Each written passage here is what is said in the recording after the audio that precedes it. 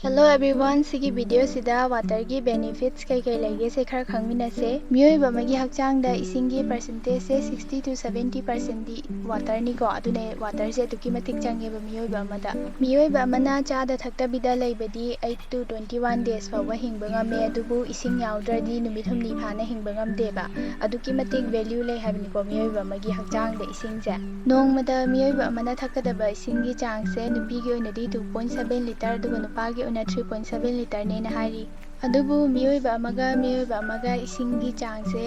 thakadabagi changse kaisu manade habdi masi depends on size lifestyle adigi genetics da depend tawe ba habdi miyoi ba amana hakchang chawba miyoi ba amada changbe ising duga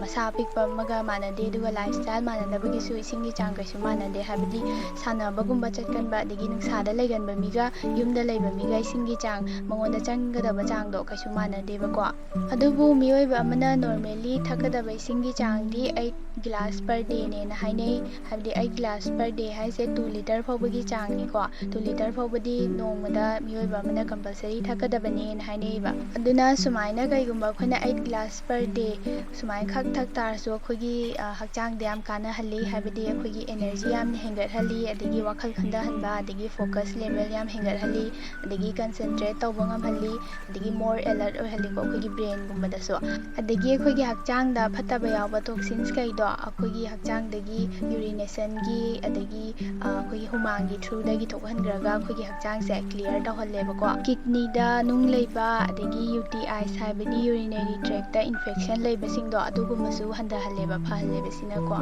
aduga akogi skin complexion ko sigumbasu improve tawhalle ising chang naina thakpasina ising gi benefit se yam yame sidana tana myam amasu lairi ko habdi miyoi ba mana ising se aduki matik change na habne ba khona sor honbada su water je changi ko habde khona sor honba kanda nongmada 24 hour amada khogi hakchang dagi half to 1 liter ja sor honbada chatkhri ne ba aduna ising ja duki matik change ba khona nongmada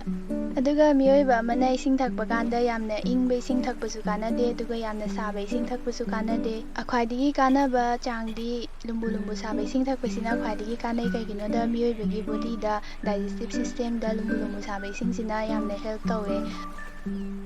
Thank you so much for watching. Video sibu pambiragidi like tawbiramo amasung channel sibu subscribe tawbiramo.